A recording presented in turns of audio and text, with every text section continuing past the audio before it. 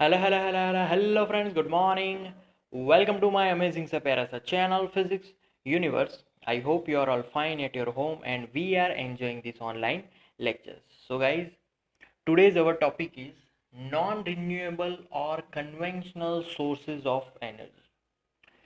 मतलब कि जो एनर्जी हम लोग जल्दी से रीजनरेट नहीं कर पाते, मतलब कि उसकी जो अमाउंट है वो बहुत ही कम है। अगर वो खाली हो गई तो हम फिर से उसको जल्दी से रीजनरेट नहीं कर पाएंगे। उसको जनरेट करने के लिए सालों के साल लग जाते हैं। तो that type of sources of energy are called non renewable और we can call it as conventional sources of energy. तो बेसिकली ये जो एनर्जी है वो हमें अर्थ के क्रस्ट से मिलती है। So the classification of this energy, the first classification that is coal, the second classification that is petroleum, and the third one it is natural gas.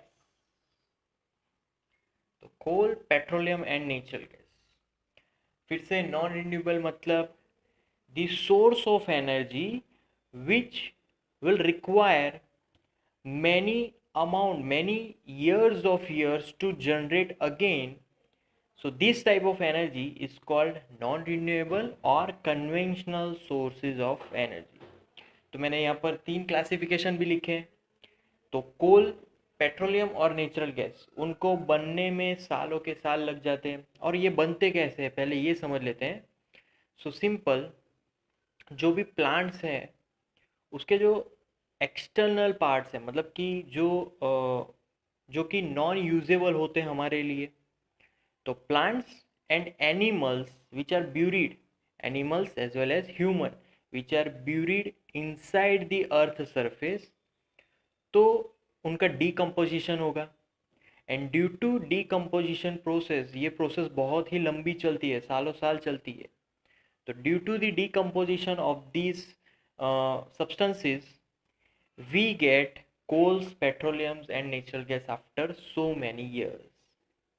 तो फर्स्ट क्लासिफिकेशन में अगर कोल की बात करें तो कोल, उसके अंदर जो इंग्रेडिएंट्स है वो कौन से हैं। तो कोल्स में पहले तो हाइड्रोजन, ऑक्सीजन, कार्बन, सल्फर और नाइट्रोजन, ये सारे कंपोनेंट्स मिलके कोल बनता है।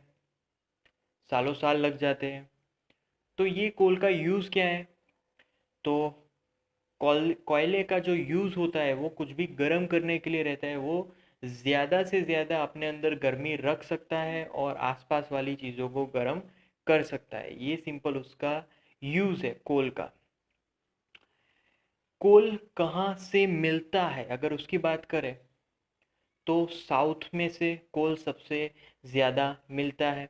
और किस जगह से, तो अर्थ के क्रस्ट से हमें ये कोल अवेलेबल रहते हैं।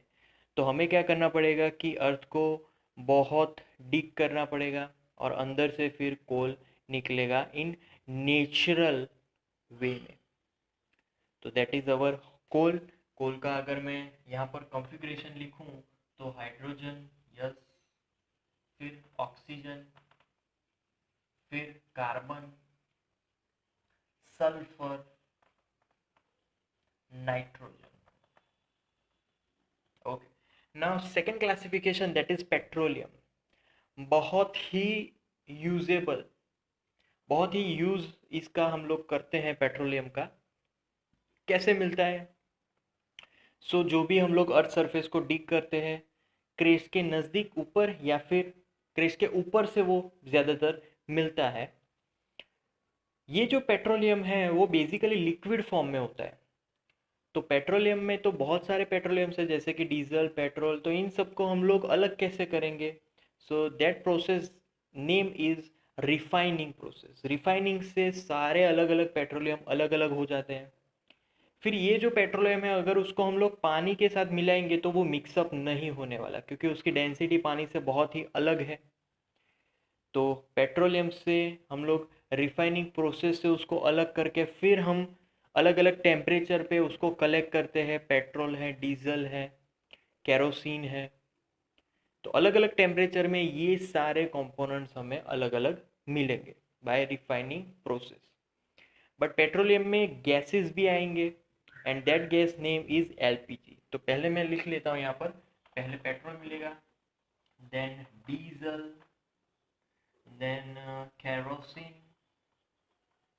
फिर एलपीजी। अच्छा यहाँ पर क्वेश्चन होगा ये एलपीजी कौन सा कंपोनेंट है, तो मिथाइल प्रोपेन का कंपोनेंट है। यहाँ पर मुझे लिखना है C2H5CH, ये उसका कॉन्फ़िगरेशन है जिसको बोलते हैं लिक्विफाइड पेट्रोलियम गैस। तो ये एक पेट्रोलियम गैस है, इसका जो यूज़ है हाउस होल्ड यूज़ होता है, जो कि हम लोग सिलेंडर बुक करवाते हैं उसमें ये गैस रहता है, जिससे कि कुकिंग करने में आसानी होगी। गैस सिर्फ ऑन करना है और फिर वो गैस ब्लो करना स्टार्ट हो जाएगा। So that is the use of LPG basically. तो ये एलपीजी कहाँ से मिलता है, पेट्रोलियम से ही मिलता है। जो बाकी का गैस बचेगा that is our LPG. Okay, after that third classification is our natural gas. कहाँ से मिलेगा नेचुरल गैस, तो क्रस्ट के ऊपर भी हो सकता है, नीचे से भी हो सकता है। तो जितने भी वेल्स होती है उसमें अगर हम लोग डिगिंग करेंगे वहाँ से नेचुरल गैस मिलेगा। तो ज़्यादातर वो वेल्स के जितने भी वेल्स होती है उसके नीचे ये अवेलेबल रहता है। तो नेचुरल गैस भी हाउस होल्ड वर्क के लिए यूज़ करते हैं हम लोग। इससे इसका जो प्रेशर है वो उतना बना रहेगा कि वो जैसे ही एटमॉस्फेयर में आएगा वो जल्दी से फैल जाएगा। तो जब कभी भी हम लोग डिगिंग करते हैं तब हमें बड़े बड़े पत्थर मिलते हैं, उस पत्थर के अराउंड हमें ये गैस मिलेगी and we use this gas in the household processes. Cooking है या फिर गीज़र है, उन सब में ये गैस का इस्तेमाल होगा। सो these are the classification of non-renewable sources of energy. Okay, now time for differentiation, renewable and non-renewable।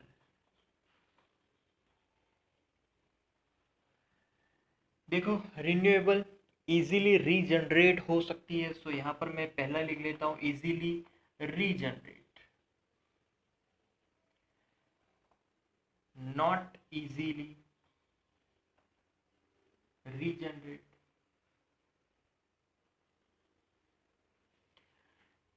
यहाँ पर जो रीजनरेशन प्रोसेस है वो बहुत कम टाइम में लगता है, बहुत कम टाइम लगता है रीजनरेट होने में। सो फास्ट रीजनरेट, यहाँ पर स्लो, वेरी स्लो बोल सकता हूं मैं, वेरी स्लो रीजनरेट। फिर रिन्यूएबल, तो रिन्यूएबल में हमें क्या करना है कि यहाँ पर कंपोनेंट, जैसे कि अगर एग्जांपल की बात करें तो सन, फिर विंड, वेव्स, तो ये इजीली मिल जाते हैं। इससे एनर्जी के लिए मतलब जो भी एनर्जी के फॉर्म में मिलते हैं, है ना। बट ये भी, इसमें अगर हमें एनर्जी चाहिए तो इसके लिए कंपोनेंट्स चाहिए। सो यहाँ पर मैं लिख सकता हूँ no need for devices to generate energy, क्योंकि यहाँ पर एनर्जी के फॉर्म में, जैसे कि सन है तो हीट एनर्जी फॉर्म में ही दे रही है, जैसे कि विंड है तो वो काइनेटिक एनर्जी, मोशनल एनर्जी है उसके पास। बट अगर इसके मैं एग्जांपल लिखूं तो इसके एग्जांपल में ये रहे कोल, फिर पेट्रोलियम जो भी था, डीजल था, and natural gas, NG natural gas.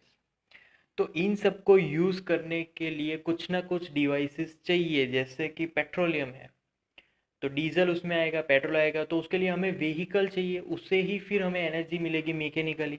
सो यहाँ पर need for devices to use this type of energies। Are you all getting my point here? Okay, so ये था differentiation।